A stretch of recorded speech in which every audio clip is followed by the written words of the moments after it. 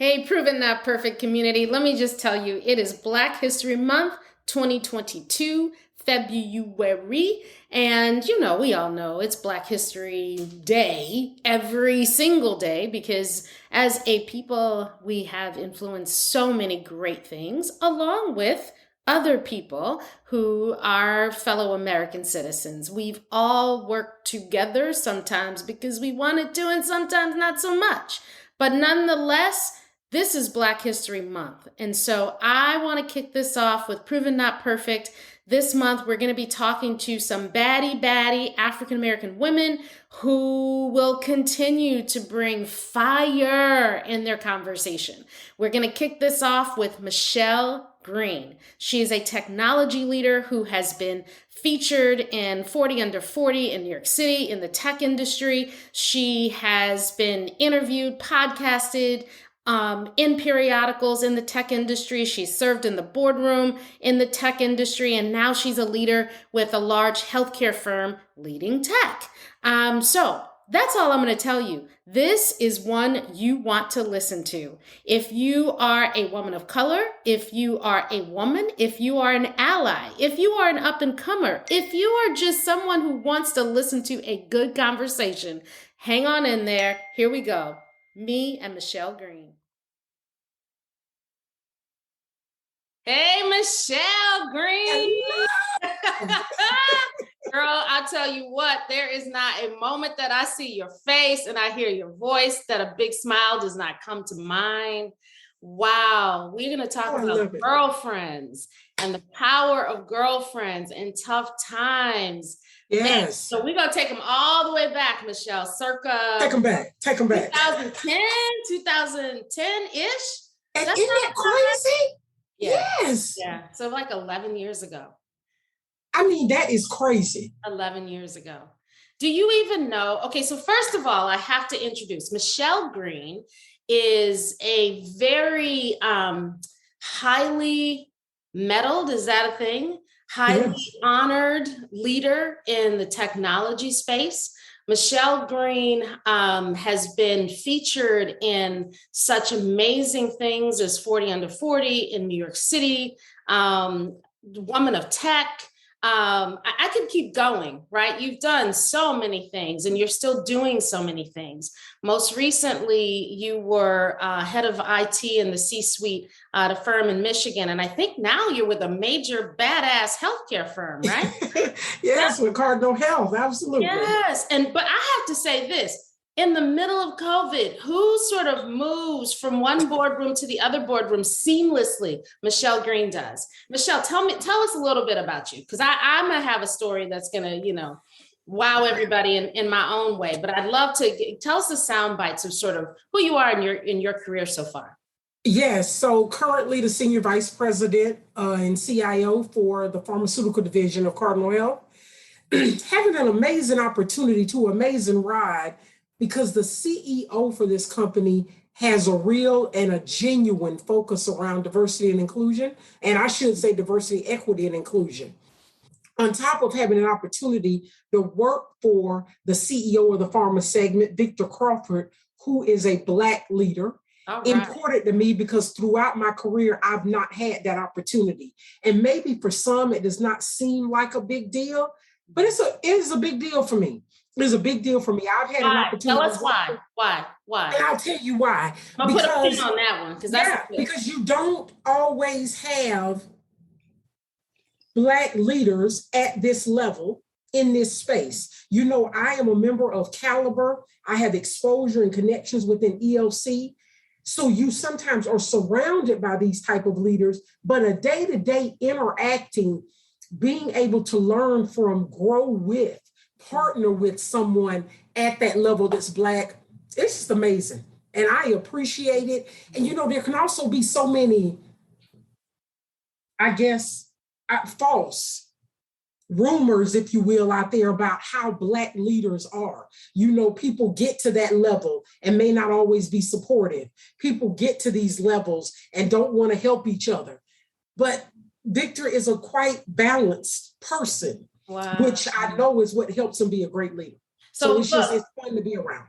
Typical Michelle Greene. I'm gonna start off this talk thinking it's about one thing, and it's gonna be about something totally different, because we what we do is we sort of let the spirit move us, and Absolutely. we always leave with a hug and just a warmth about we got something good. And right now, I'm so excited that we're sharing this with other people. So you said something very interesting.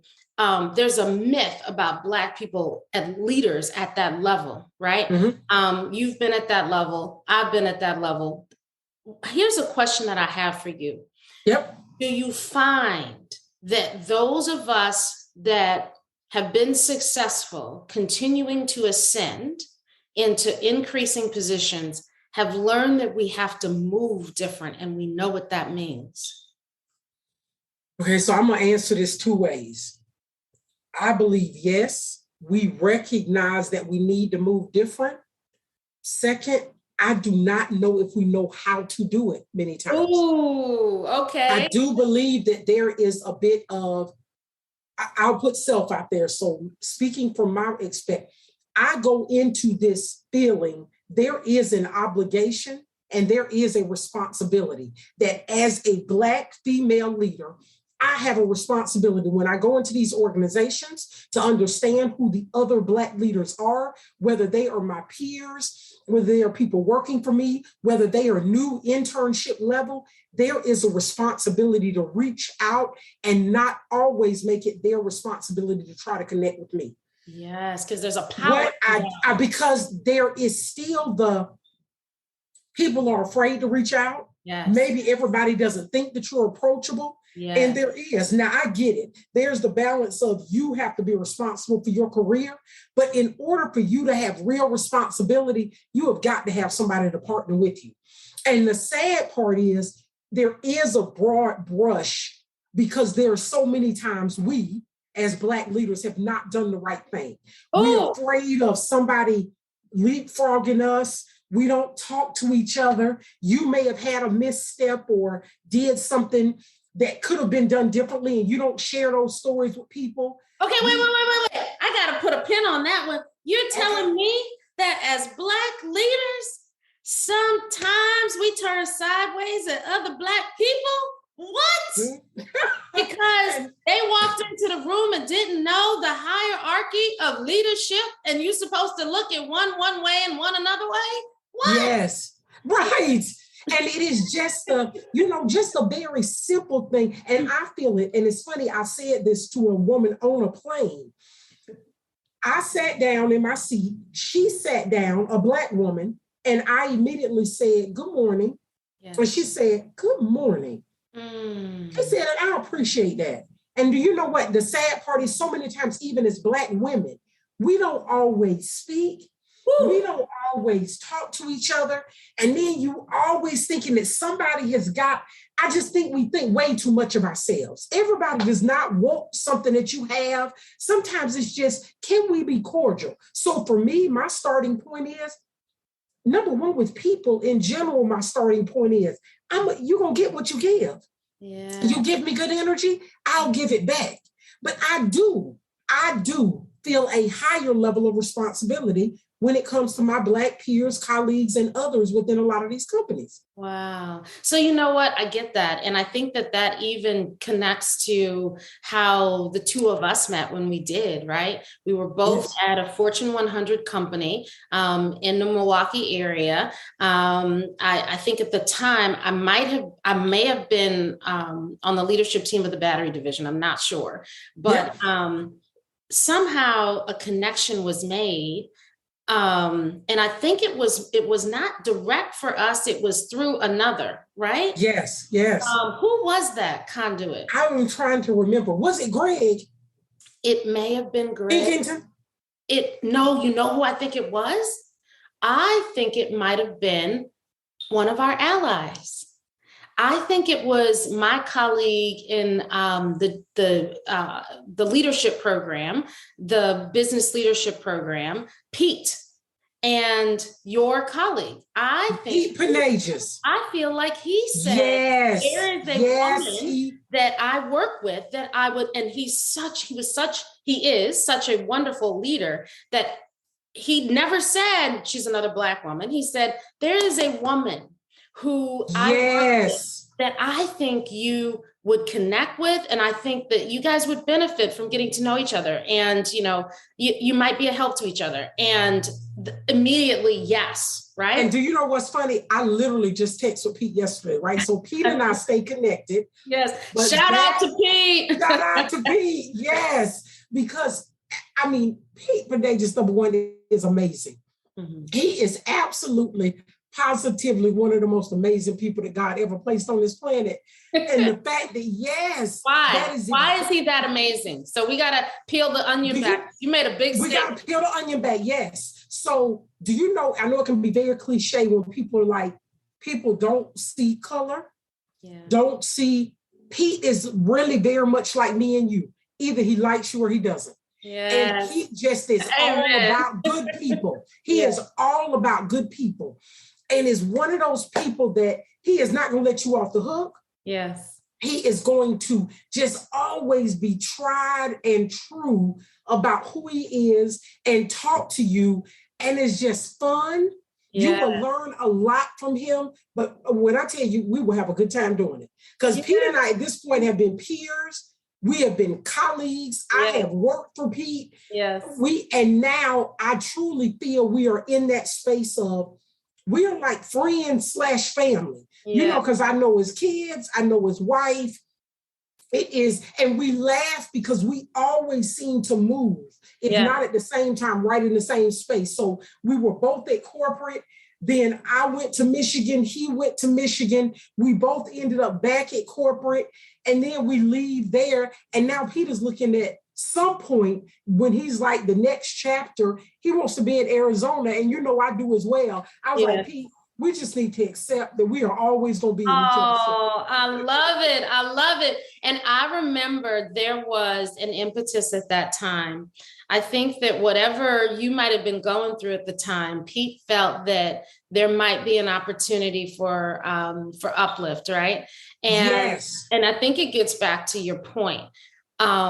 Being available to be a listener, be a support, and quite frankly, make a difference for somebody else, right?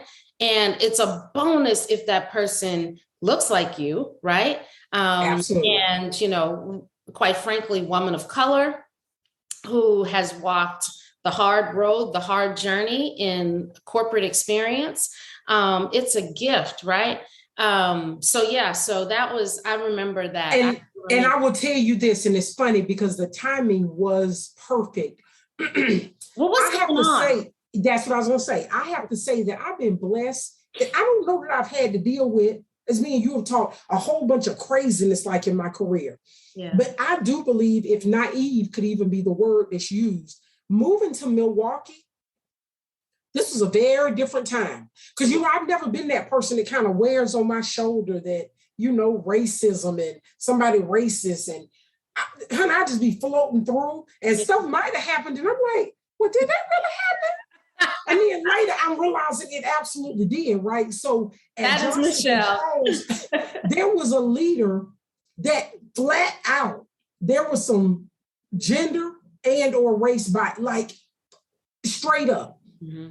And I had never dealt with that so in my face. Yeah. And I recall that literally I would sometimes leave work and be sick to my stomach. Mm-hmm. It made me sick to have to even sit in the room with the person, to the point that if there were big meetings, I would just take the meeting from somewhere else, very much engaged, participating. And I remember his leader, a female leader at Johnson Controls, said to me, Michelle, we can't let him win. Yeah. Because there are other people that still need you to be right there with them. And I remember I used to just be worn out about it. And one day I went to Pete, and I think this was at the point that Pete is like, he is seeing me just backtracking and just spinning myself out of control around this. And he looked me right in my face and he said, you have given him way too much of your power. Yes. Ooh. So you need to figure out how to take your power back. Yeah. And I remember going home, and my godchildren's father is a minister. I called him. Oh, and Shontra, when I say I cried and we prayed and I cried and prayed, but I woke up the next morning with a feeling of peace like I've never had before. Yes. And I went right into that person's office. Yes. And I said, there's clear that there's something between us. And I'm not even sure if what's between us I can fix or change. I said, but I just need you to know I will show up and give you 210% every day. Yes. I just need to know we're going to have a line of respect that we're not going to cross, right? Like we got to respect each other and do this job. Yes. And because I am pretty sure that you got issues with the race thing in my head, I'm thinking, I got to do something now to let my petty fly high before I leave this room. Yeah. So, I had to touch the back of his hand before I left and said, but I'm glad that we could get together. Because I know, that probably just made the inside of him bubble up. But honey, I transferred all of that right to him and shredded myself right on out that office. And I was like, whoa, that felt good. Yes. But Michelle, what you did in that story was you owned it. I owned it.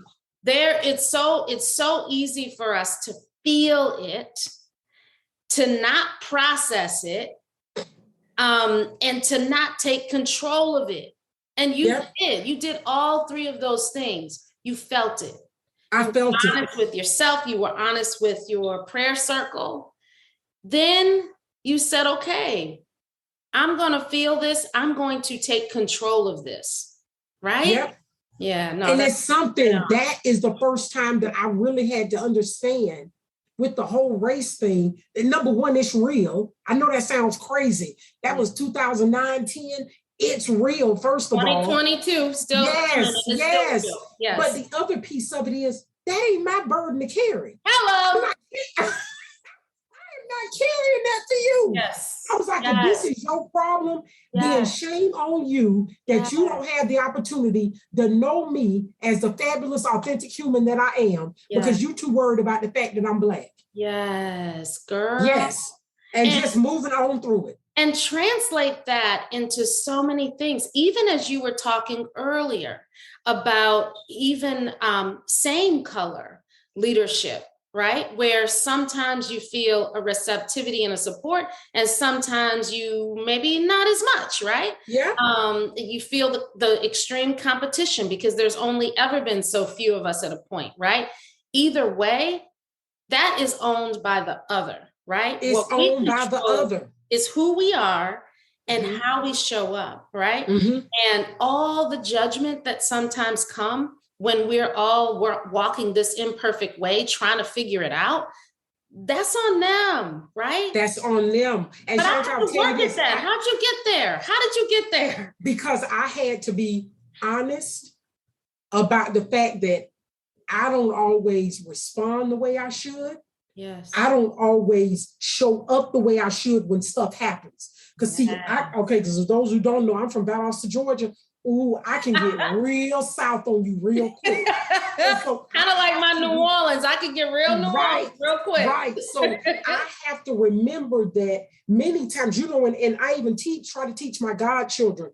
It's just like in sports, right? Everybody loves sports, or most people love sports. It's typically the person that retaliates, right? The flag gets thrown on the person that they saw throw the last punch. Yeah. And see, so when you're dealing with colleagues and peers and different people, it's amazing how the folks that can fire the first shots, and then I come back and I got a full-blown cannon, and not everybody want to say, well, no, Michelle, why you had to do that? She's angry. She's angry. Very aggressive.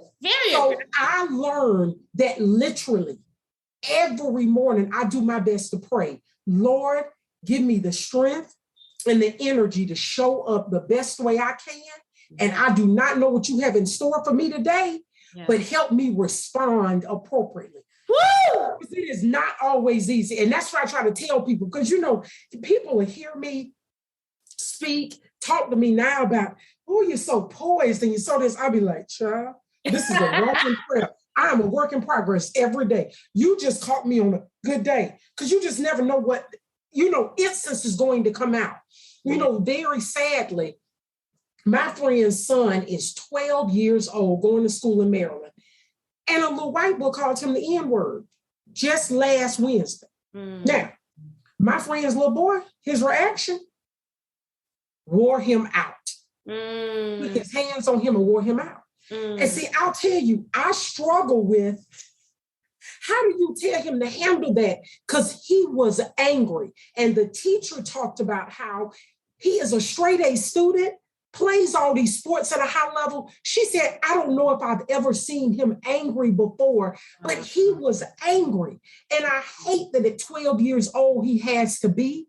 But then it is hard for me to say, you can't put your hand. I get it. In theory, you do not put your hands on somebody, but somebody put you in a space that you felt threatened and then they called you that. I was like, this is one way we struggle. And, you know, with me not having children, I am always like, I got enough influence over other kids, but I made a conscious choice not to have children. And I'm like, this is one that I don't know how I would handle that when you come home, because I'm not trying to promote violence, but at the same time. No, you would never do that. Never do that. Yeah. But it is a hard space to be in. Yeah. But, you know, here's what I will tell you as a mom of three with two boys. Because, you know, I'd say the girl probably naturally had her own mechanisms because she just would never have even done, right? But the boys, I feel that I have had to over-index on helping them to understand that they are not like their environment. Most of the time, they were one of few people of color in their circumstance. Most of the time they did have at least equal level of privilege, right? But, but not on the same playing field. Not on the same playing field, and absolutely. I had to make sure that they were very, very, very understanding of that. Over-indexing to the point because I wanted them to understand every single thing they write down creates a record.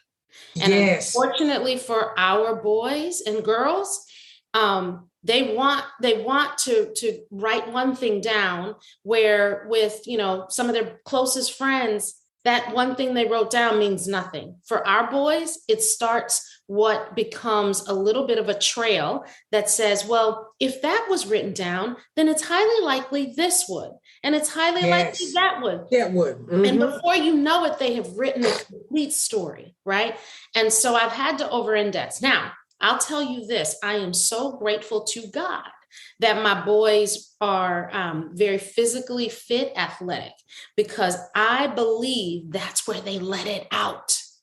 Yes. Girl, I've had the lessons where something has happened, where N-word has been told to a kid on the bus, N-word has been told to a daughter on the bus, and all of them, whether it's my daughter through performance, whether it's my sons through football, basketball, whatever, take it on the court, take it on the stage, take it on the field, right? For myself, there are moments similar to you, Michelle, where I might not have been called the N-word, but I've been pretty close. I remember one morning distinctly, but similar to your story, I came in pretty early because it was a board meeting day. And so I was getting all my stuff together. You know us, right? We gotta lay it out. Yes. And so pretty much clockwork, I had a little bit of routine where I would print certain metrics. And I'd take a look at them and I'd look at the dashboard and I'd, you know, just get a good headset for what my talk track was going to be that day, right? From a leadership standpoint. Girl, people knew what time I got in. People knew my rhythm routine. I go to the copier. And this was around the time of the Obama election, the first one. And there was a print of Obama in color. And there was a big X across him. And it said monkey matters or something like that. This was at a Fortune 100 firm. I am in a leadership role. At that time, I was running a national organization, so U.S. America's organization, pretty significant dollar P&L, as well as pretty significant team size. I instinctively wanted to scream. Right. However, Michelle, just like I coach my sons and my daughters, I knew I couldn't. Because the same person that had done that was watching me. They were waiting on it. They were waiting for it. Yes. It was the best setup, right? And so, you know what I did? I took the page, I smiled out loud, I went to the garbage, I ripped it up, and I kept about my day with a smile on my face. And the same people that were looking at me sideways all day, like, when's she gonna blow? When's she gonna blow? Right. They just be waiting on it. Just waiting on it. They didn't see that. When I got home, I cried. Right? Right. And this is where the power of girlfriends and sister friends and folks in the building who can relate to what you're going through, whether they're allies like Pete, who don't look anything like us, right? Yes. Or yes. whether it's someone that looks exactly like me and you, right? You can't do it alone. You need that support, right? It gives you power. It gives you comfort. It gives you the ability to put your clothes back on the next day. Put your clothes back on the next day. And I will tell you, my friend, when she called me last night, she reached out because she's more not the corporate America. And she's like, at some point, I'm gonna need you to talk to my baby. Yeah. And that's when I struggled. So even last night, I got a little emotional because I was like, I need to be able to call him and put it in words for a 12-year-old. Because I get it. At 12, you may not have understood how to manage all of your emotions yet. Yes. That I don't want you to have that reaction again. We're going to give you some tools to teach you, just like you said.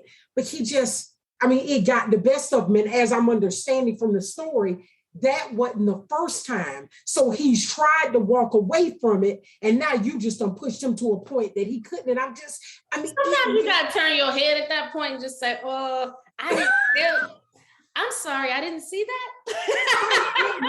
Did I say that out loud, Michelle? I'm so sorry. It's true. I see that. But it made me sad at 12 that he even got to deal with it. And that's the point, Michelle. That's right on. That's the point. 12, it's just, but you're right. Literally, and I pray about it because I don't try to live in a space that I assume that because I got it right today, I'm gonna get it right every day. And that's the other thing I try to tell people. It's just like, Jerry Rice, greatest wide receiver of all times. And he still get up practicing and would get out there practicing with 19 and 20-year-old wide receivers that can't, because you do not get yourself in a place where you're comfortable with this. Because the minute that you think you're comfortable, somebody gonna catch you off your game. And I was like, no, baby, no days off. No days off. So Michelle, we are coming to an end because I know you are a busy woman and you got stuff to do, but listen to this. Yes. So, I wrote a book. I wrote a book called Proven Not Perfect. Yes. And there's 7 truths that I have. And I want to know from you, the most gracious and bold and bad leader that you are in tech. When I say the word inspiration, what does that mean to you? It means being authentic, being intentional, and being consistent. Oh, when I say the word courage, what does that mean to you? Standing in my truth. Yes. And one last one, confidence.